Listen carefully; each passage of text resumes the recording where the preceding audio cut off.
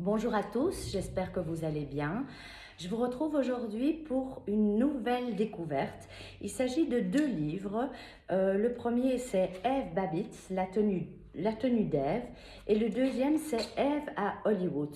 En fait, il s'agit d'un livre, le petit livre résume bien le grand livre, mais il faut lire le grand livre. Il s'agit de l'histoire de Eve Babbitt. Alors, qui est Eve Babbitt? Eve Babbitt, c'est une égérie des années 60, 70 à LA, qui très très vite est devenue illustratrice pour des groupes de rock and roll comme les Byrds ou comme les Buffalo Springfield.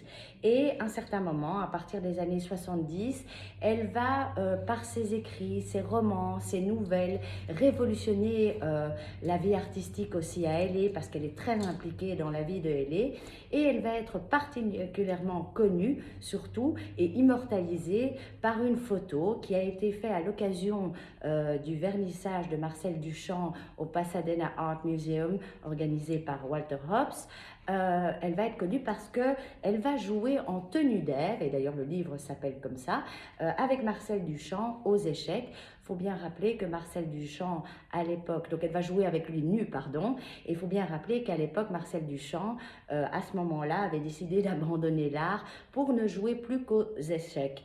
Alors il faut savoir que ce qu'elle raconte est assez intéressant et c'est pour ça que je vous conseille de lire les deux livres parce que elle raconte vraiment à quel point elle est dans les années 50 et c'est très difficile aujourd'hui à s'imaginer.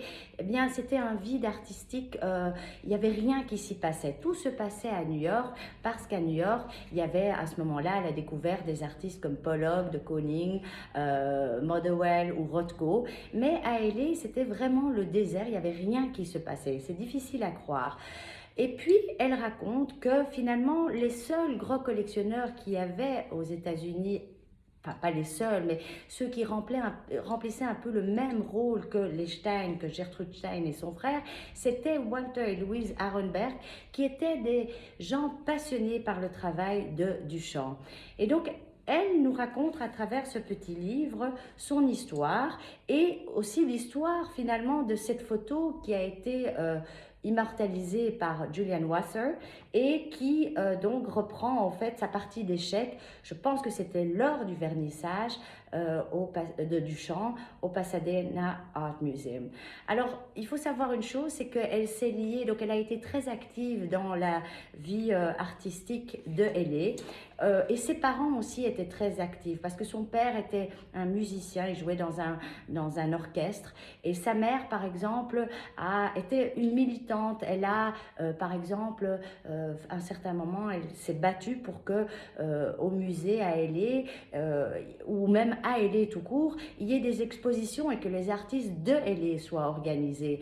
Par exemple, le problème à LA, c'était que au LA County Museum, on ne trouvait rien du tout à part quelques artistes ou à la Huntington Library de LA, il n'y avait que des œuvres de Gainsborough, mais rien d'autre. Donc, la mère déjà de Eve Babbitt a joué un rôle pour faire en sorte que les choses bougent. Et alors, comme Eve à ce moment-là était assez jeune, elle rencontre finalement le célèbre Walter Hobbs.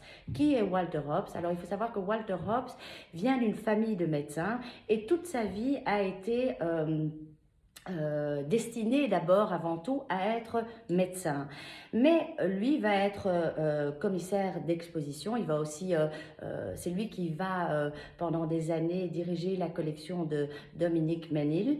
Et lui, en fait, il va ouvrir, je crois que c'est en 57, la Ferris Gallery à LA, qui va représenter des artistes comme Etkin Holst. Et son premier show était avec Wallace Berman, et ce show a été tout à fait sanctionné. Il a été, comment dire, on n'a pas pu le voir pendant longtemps parce qu'il a été il a été jugé comme étant obscène. Et donc, ce Walter Hobbs, pardon, va se lier avec Eve Babbitt et il va lui apprendre beaucoup de choses parce que c'était un personnage qui apprenait beaucoup de choses. Il va lui passer sa passion pour l'art et il va également, grâce à lui, elle va fréquenter plein d'artistes. Elle sera la petite amie d'Ed Ruscher, mais d'autres artistes encore. Et donc c'est une vie passionnante de rencontres qu'elle nous raconte à travers cet écrit, ce premier roman, et celui-là qui est écrit également par elle. Et donc, lors du vernissage de Marcel Duchamp au Pasadena Museum, où Walter Hobbs, à ce moment-là, ce sera lui qui organise justement ce vernissage, eh bien, Walter Hobbs ne sera pas mis au courant qu'elle va jouer nue, donc elle n'a pas mis son ami au courant, qu'elle va jouer nue avec Duchamp lors de l'exposition. Et donc, elle raconte toute cette aventure. Pour ceux qui sont passionnés par elle, qui sont passionnés par la vie artistique, la vie rock'n'roll, il y a des passages au Château Marmont, ça vaut vraiment la peine de le lire parce qu'on retrouve les artistes à leur début, et surtout on est témoin à travers ce livre de la transformation de L.A. Petit à petit, alors que New York était déjà en pleine effervescence. Eh bien, L.A. a mis du temps à se développer, et donc c'est cette histoire-là qui nous est racontée. Je vous souhaite une belle journée et n'oubliez pas, achetez ce livre, Eve à Hollywood, c'est écrit par Eve Babbitt elle-même, publié chez Seuil. Et puis ce petit recueil qui résume bien l'exposition, c'est Eve Babbitt en tenue d'Ève, histoire d'une partie d'échecs, publié chez Point. Je vous souhaite une bonne journée et à très bientôt.